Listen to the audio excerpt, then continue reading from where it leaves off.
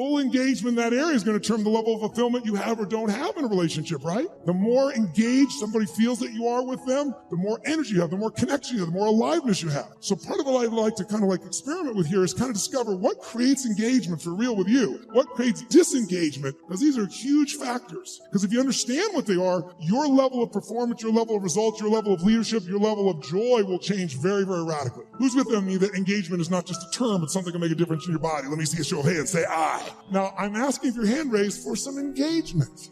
Because here's what research shows. If you listen to me passively as I'm talking here, guess what? Within a month, you just listen, sit passively. Most of you are doing it. There's nothing wrong with this, what you've been doing your whole life, what you've been taught to do. You'll remember about 10% of what I say 2 months from now, which basically means you wasted your time today and I wasted mine. 10%. How many came here because you want to learn something, do something, change something, make something stronger or better? Say I. If that's true, then if all you do is take notes, which I don't see anyone barely doing, thank you very much, a few of you. I stand corrected, then nudge the people on either side. What's wrong with you, bitch? Come on, where's the notes?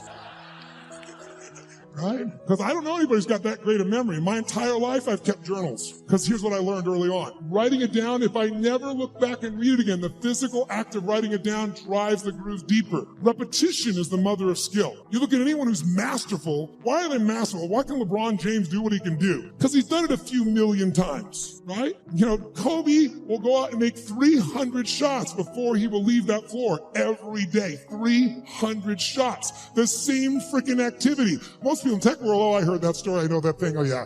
If you're not doing it, you don't know shit. You understand. And understanding in $3 will almost get you a Starbucks. If you're going to master something, you need to get the repetition where you get it in your body and you bring emotion to it. And enough motion, enough repetition, it gets in your body, and now it becomes physical mastery. You don't think about it and you just do it. Mastery is tying your shoes. Most of you can do this, chew on some gum, send a text simultaneously. Not some people leave their tongue out while they're doing it. You get the idea. If you do something enough, you're confident enough, you're certain enough it's in your body. That's mastery. So I'd like to see if we couldn't get to a different level of mastery in this. And what I'm going to ask you to do is, by the way, if you listen to take notes, just write those notes down or you type them in, whatever you do. Research shows you'll retain about 40 to 50% of what's been said. For the future, I'd highly engage or encourage you to do that. Now might be a good time. There are other types of goals to consider. Family goals, social goals, lifestyle goals. This is pretty heavy homework, but remember, whether or not you do your homework shows up in the marketplace as well as in the classroom. After you have determined which of your goals are 1 year, 3 year, 5 year, and 10 year, and after you've made certain your list includes economic goals, things, and personal development goals, I want you to go back to this list again. Now pick out the 4 most important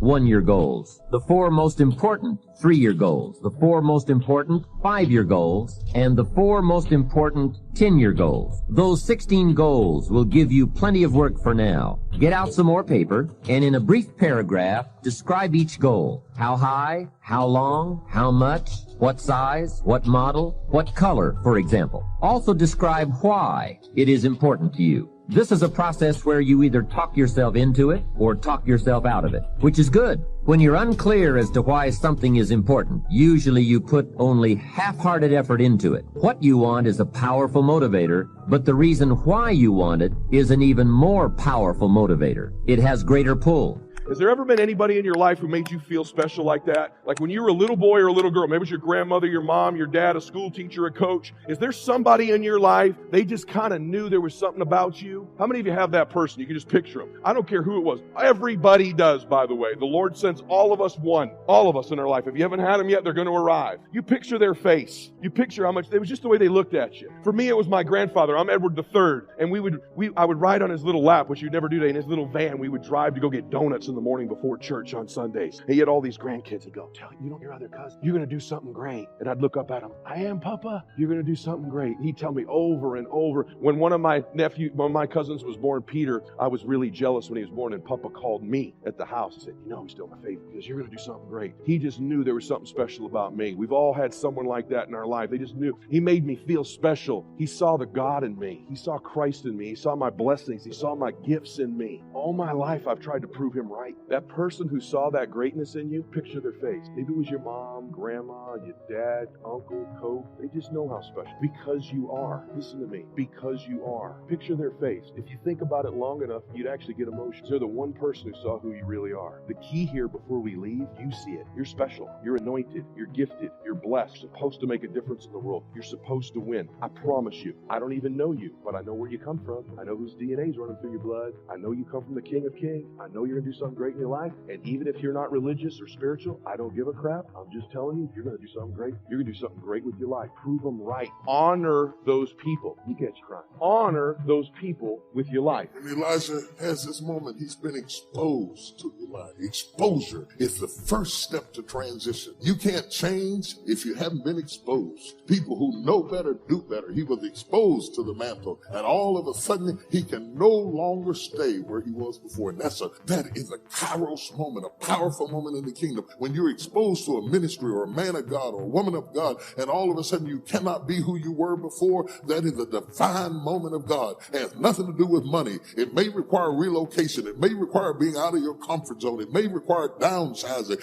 but you're called to it, and you start boiling stuff and burning stuff and kissing your mother and father goodbye. It's stronger than a natural blood tie. It's stronger than a DNA. It'll pull you out of the church that your whole family was in, but you got to go because something has happened in your life, and you can't stay in the first church of the Frigidaire because you've been exposed to a realm of glory. It has nothing to do with ethnicity. It'll make black folks hook up with white folks. It'll make white folks hook up with black folks. It'll make intelligent folk will get behind folks that are illiterate, but they're anointed and gifted. It'll make you give up your position, take a downside to be in the center of his will because you've been exposed to a realm of glory and a move of the Spirit, and you've got to have it in your life. Bless God. I got to stop because I feel the anointing of the Holy Ghost. There must be somebody in this room that's been called to the kingdom for such a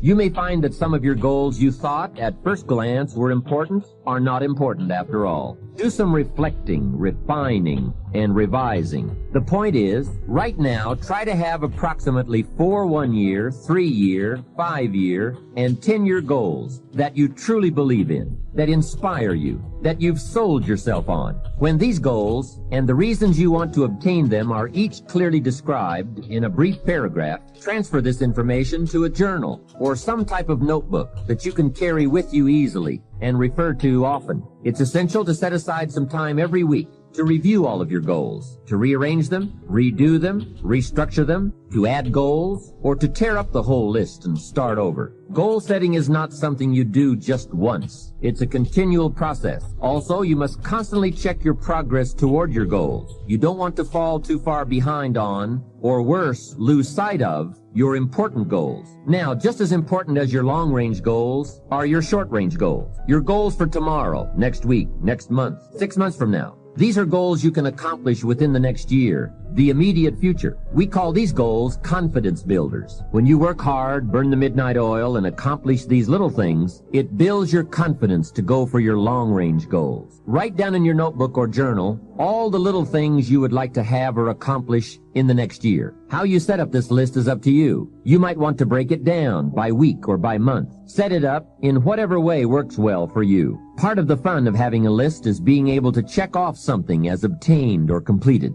Every week, try to check off at least one thing on your list of short-term goals. And when you are able to check off something major, something on your list of long-range goals, celebrate. Make winning joyful. Congratulate yourself. It is very important to celebrate progress. We grow from 2 experiences.